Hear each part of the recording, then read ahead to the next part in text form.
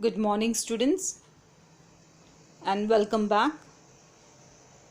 Today we will learn the last lesson of history, lesson number 9, Heritage Management.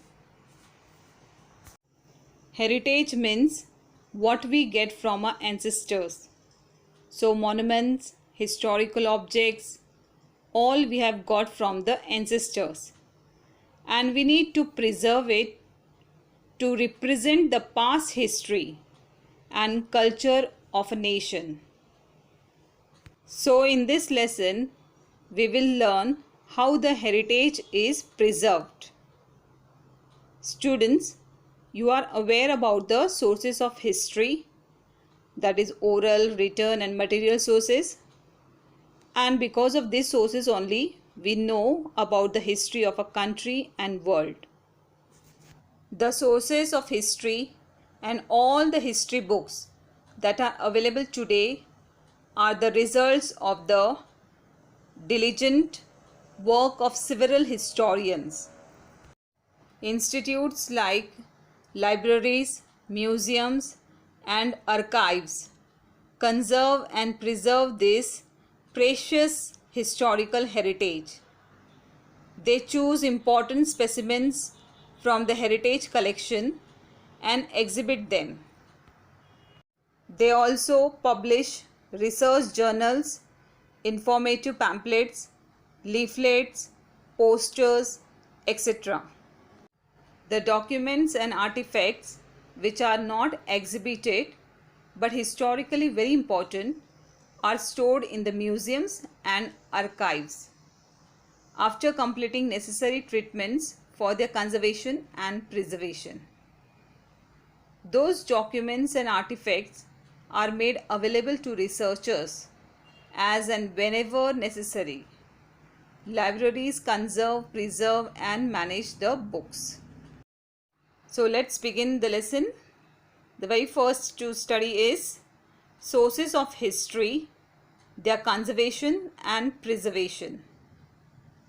Each step, like collecting the sources of history, creating their records and indexes, exhibiting manuscripts, old books and artifacts, after completing necessary treatments, requires very careful handling and management. It needs people with specific skills. Only trained people who are duly qualified can take up this task. Now let's see oral sources of history. Collecting and compiling of folk songs and folk tales. Then classifying, analyzing and interpreting the compiled materials. Publishing the results of respective research. Now let's see what are the necessary trainings. The very first is sociology and anthropology. Sociology, that is related to the society, and anthropology, that is the study of human society, where the human beings live in the society. Then second one is social psychology, that is the behavior of human beings in the society. Then third one, mythology and linguistics. So mythology is related to all gods and religions, and linguistic, that is languages. Then fourth one is library science and information technology. Fifth one, history and historical research method. And sixth one is writing of research reports and articles. So one should have the good knowledge about society, about the religion, about the human behavior, about the past related, not only about the present, it's related all to the past. Then about the history, about the books available in the library, about the related to the past, and one should be very much alert in writing about the reports and articles also. Now let's see the written sources of history. Collecting coins and copper plates with inscriptions on them, documents like official records, personal correspondence and diaries, correspondence that is related to the letter. Then historical books, old books, manuscripts, that is handwritten, pictures, photographs, etc. Completing necessary mechanical and chemical process of cleaning for the conservation and preservation of collected documents. All those written documents are preserved and kept it. So for that, the maintenance required, that is chemical or whatever the cleanliness procedure, so that also one should be aware about it, what type of chemicals and materials to be used to clean it. Then ascertaining the historical value of collected documents, exhibiting selected documents, publishing edited documents, and research reports. Now let's see what are the necessary trainings required for the written sources to preserve. So the very first is knowledge of scripts like Brahmi, Modi, Persian and their development. Scripts means the handwritten, what we can write and read it. So that language is called scripts. So one should be aware about the languages started from the beginning. So there was Pali language, Ardha Magadhi language, Brahmi language, so many different languages, and we say all languages were derived from the Sanskrit language. Then about the Modi. Modi is a primary Marathi language. That means the Marathi language when began, so before the beginning of Devanagari, so how to write down the Marathi scripts, so that was called as an beginning of the Marathi script written, that was called as an Modi. So Modi means primary Marathi language, and Persian language, they should know how it developed. Then one should know about the basic knowledge of social organization and traditions, literature and culture, dynasties, administrative systems, etc. of the past societies. Knowledge of various schools and styles of painting and sculptural art and history of their development. That means how the history of painting and sculpture developed. Then knowledge of types of papers, inks and colors. Knowledge of properties of various stones and metals used for inscriptions. Knowledge of the equipment and chemicals used in various processes of cleaning, conservation and preservation. Then knowledge of various approaches of managing exhibitions in museums, galleries and information technology. And about the writing research reports and articles. Now let's see the material sources of history. Collecting artifacts, classifying them according to the historical date and type, and preparing indexes. Completing necessary mechanical and chemical process of cleaning for the conservation and preservation of collected documents. Then arranging exhibitions of selected artifacts or their replicas. Then writing and publishing research articles about collected artifacts. Classifying fossils of plants and animals and preparing indexes, and exhibiting the selected fossils or their replicas. Now let's see what are the necessary trainings required for the material sources of history to preserve. So basic knowledge of archaeological method and theory, history of ancient civilizations, knowledge of the original sources of material like stones, minerals, metals and clay used in the production of artifacts and their chemical properties. Knowledge of equipment and chemicals necessary for the cleaning of artifacts and other chemical processes. Knowledge of various schools and styles of arts and their development. Knowledge and skills of making replicas, that is models of artifacts and fossils. Knowledge of various approaches of managing exhibitions in museums, galleries and information technology. Writing research reports and articles. Now let's learn about some famous museums.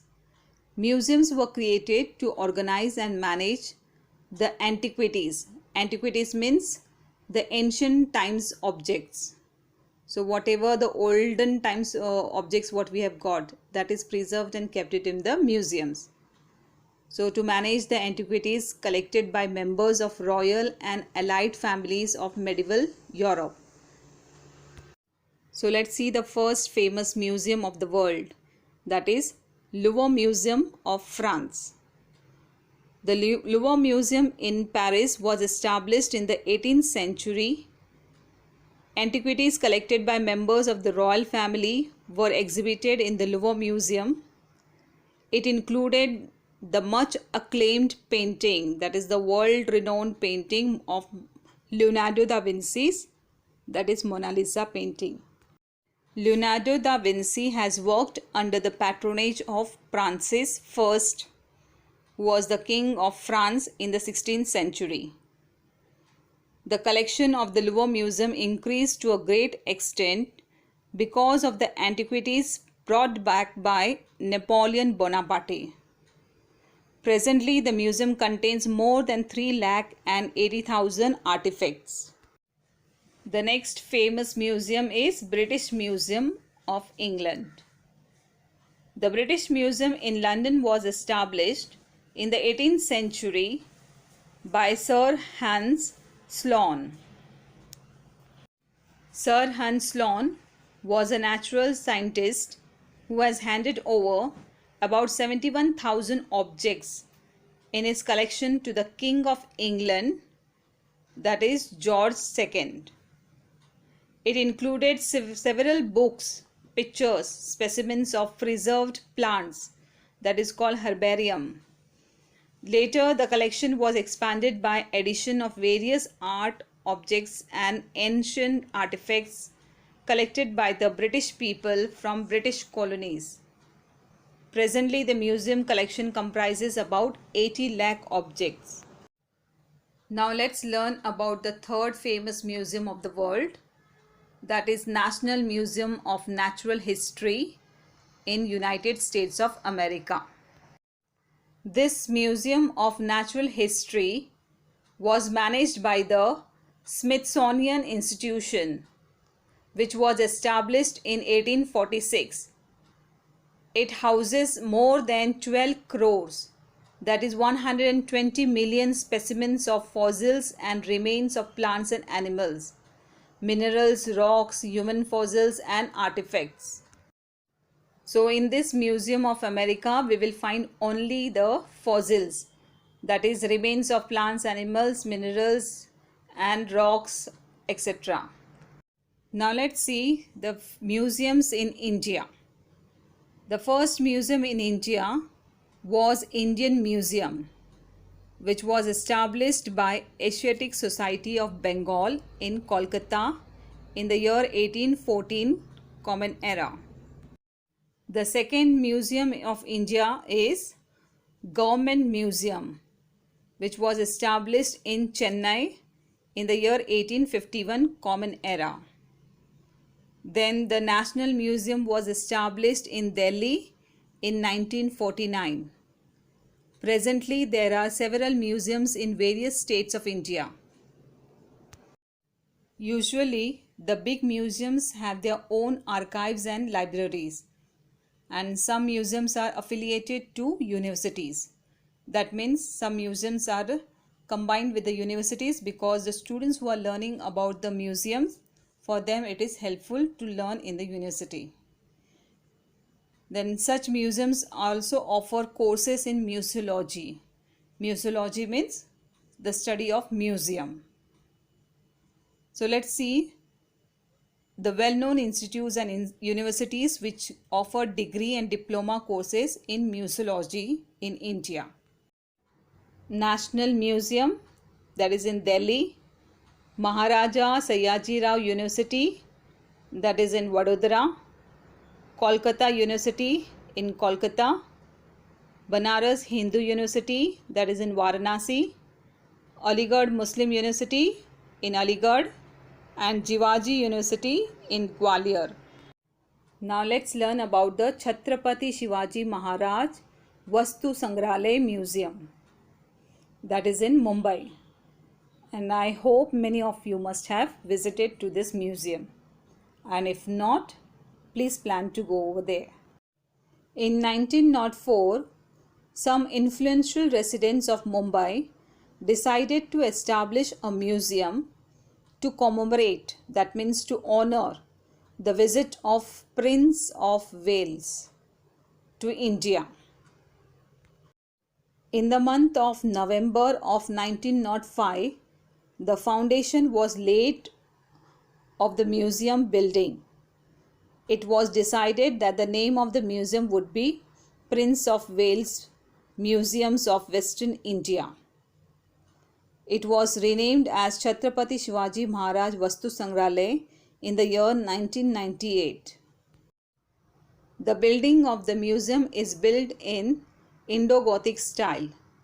Indo-Gothic style means Indian and Islamic style.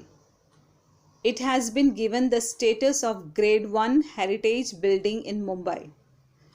The museum houses about 50,000 antiquities divided into 3 categories: arts, archaeology, and natural history. So students, I will stop here now. The remaining part of the lesson we shall continue in the next lecture. Go through the lesson. Goodbye and take care.